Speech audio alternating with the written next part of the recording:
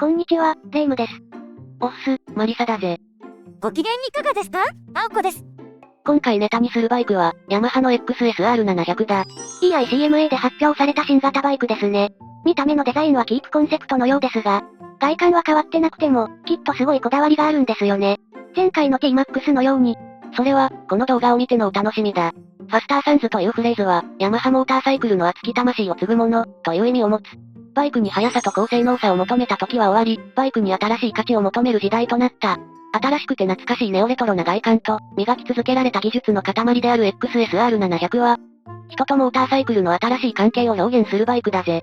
ヤマハの考える、ライダーを主役にした新しい世界を、見せてもらいましょうか。では、ゆっくりしていってね。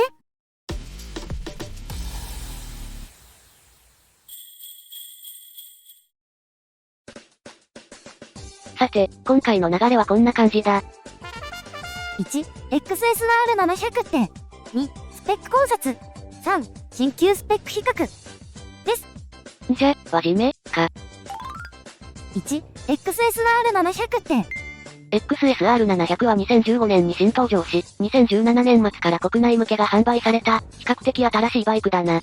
過去のクラシカルな外観を現代的なデザインで解釈し、最新の技術で再構築されていて、ヘリテージと呼ばれてる。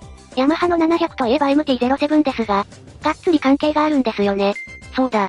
実は XSR シリーズは MT シリーズと共に歩んでいる車両だぜ。ちなみに、MT シリーズは2004年発表の MT-01 から始まり、MT-03 までは開発順のネーミングだったが、2世代目 MT シリーズでは、数字が排気量を表すようになった。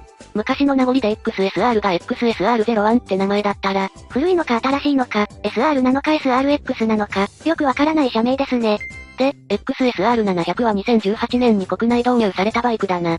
2021年に MT-07 が3世代目モデルチェンジしたタイミングに合わせて、新型 XSR700 が発表された。この流れは、ヤマハが MT シリーズを店じまいするまで続きそうですね。逆に考えれば、MT というキーワードがなくなるとき、XSR の新時代が始まるってわけだ。そうした節目に立ち会いたいものです。キーワードといえば、このバイクにもファスターサンズというキーワードがありますね。そうだな。ヤマハサイトでには、現代人の多様化するライフスタイルの中で、普遍的なモーターサイクルの魅力を伝え続けていく。と、ある。単なる移動手段から、生活に彩りを与えるものとなったバイクの魅力を伝えていく、ってことですね。でも、その割には、装備がちょっと弱いと思いませんか？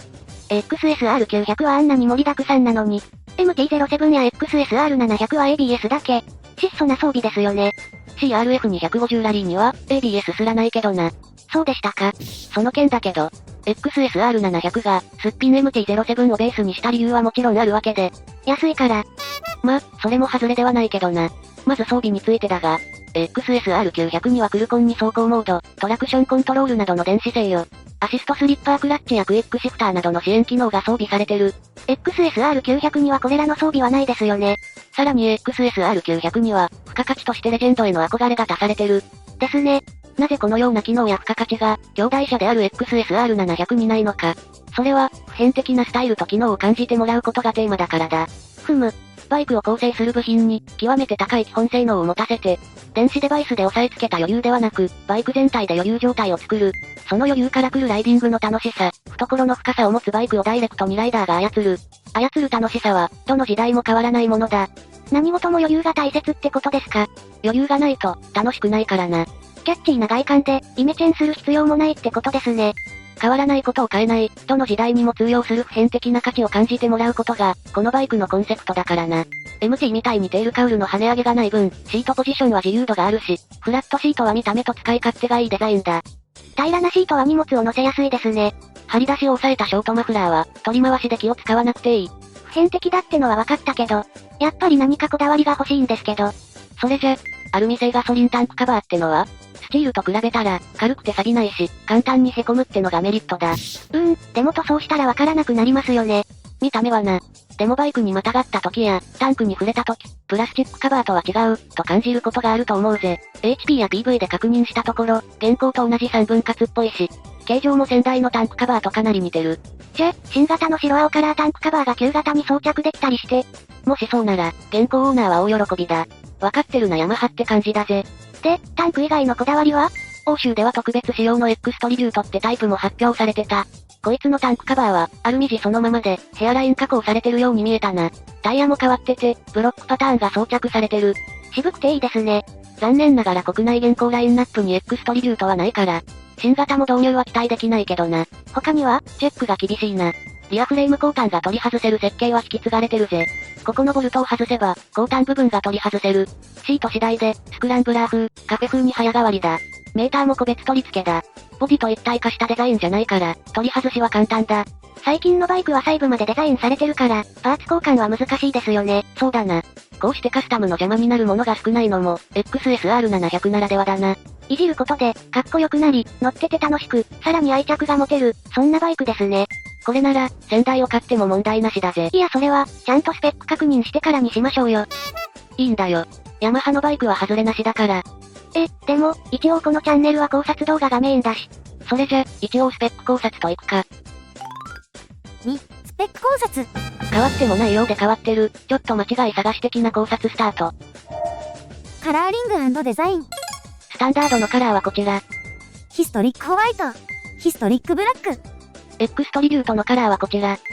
テックブラック。だな。ちなみに、スタンダード、X トリビュートのカラーリングは、往年の名車をモチーフにしてる。ヒステリックホワイトは RD350LC、テックブラックは XT500 だな。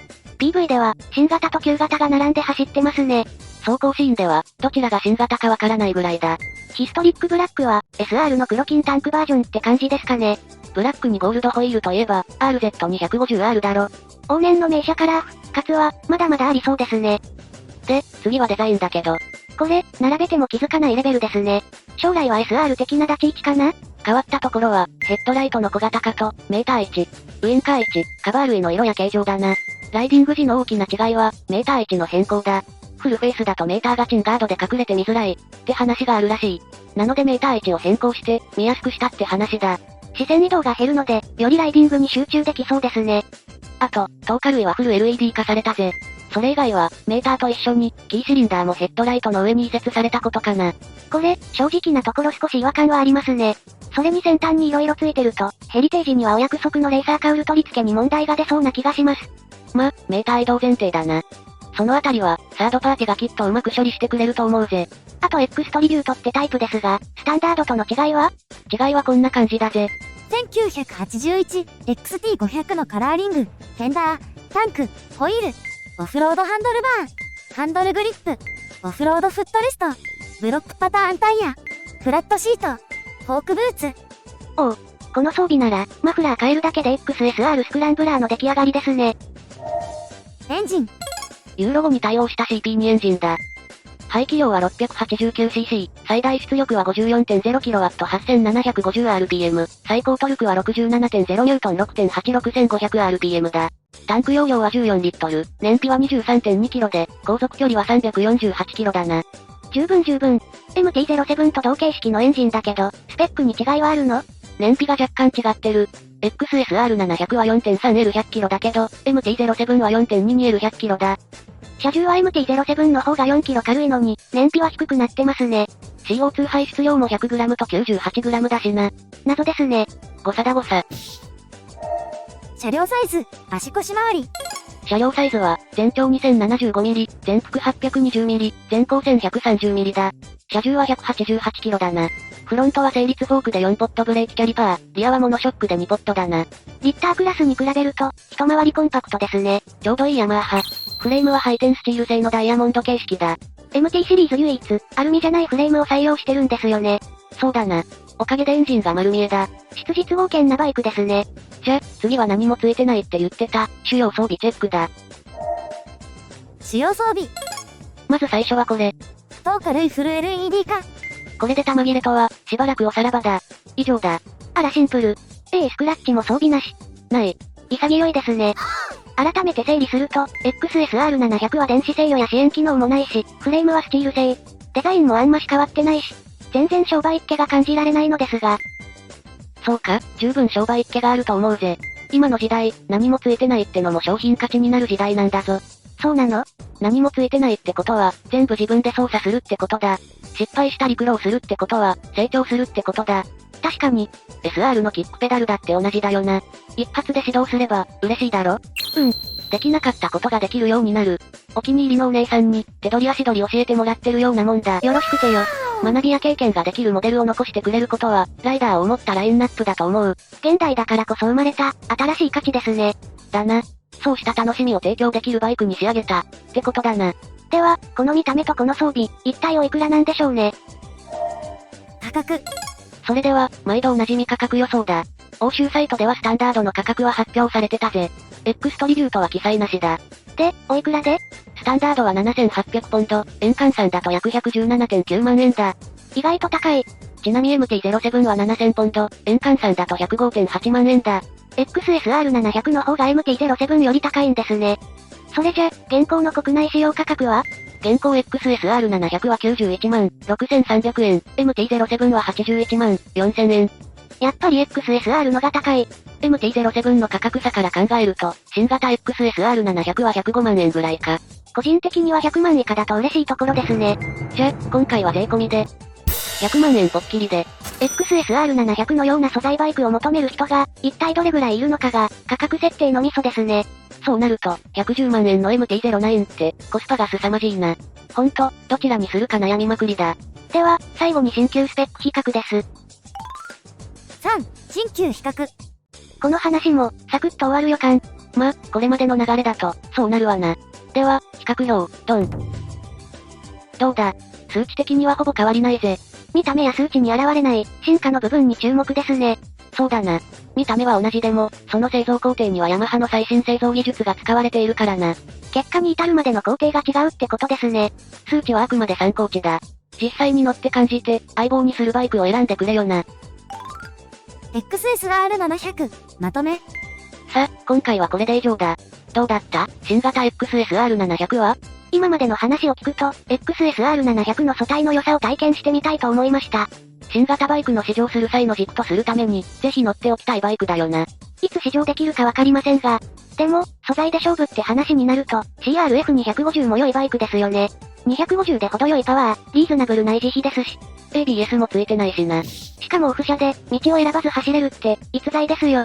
あれ？今回は CRF のよいしょ話だっけ？たまには自分のバイクも褒めとかないとね。動画作りもいいですが、たまには愛車にも乗ってあげてくださいね。タロタロさん次第だな。じゃ、今回の考察は以上だぜ。お次は、青子のバイクニュースのコーナーです。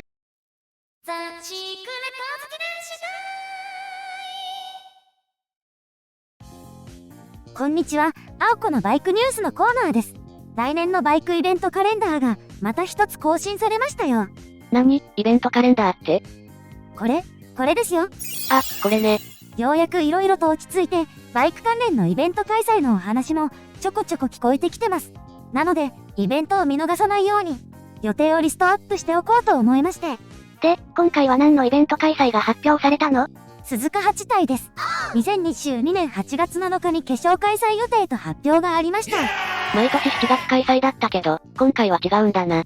他のレースとのブッキングを避けるためみたいです。2023年開催は、今までと同じ時期になるそうですよ。このイベントリストがどんどん埋まっていくことを願ってるぜ。ですね。では、今回はこの辺で。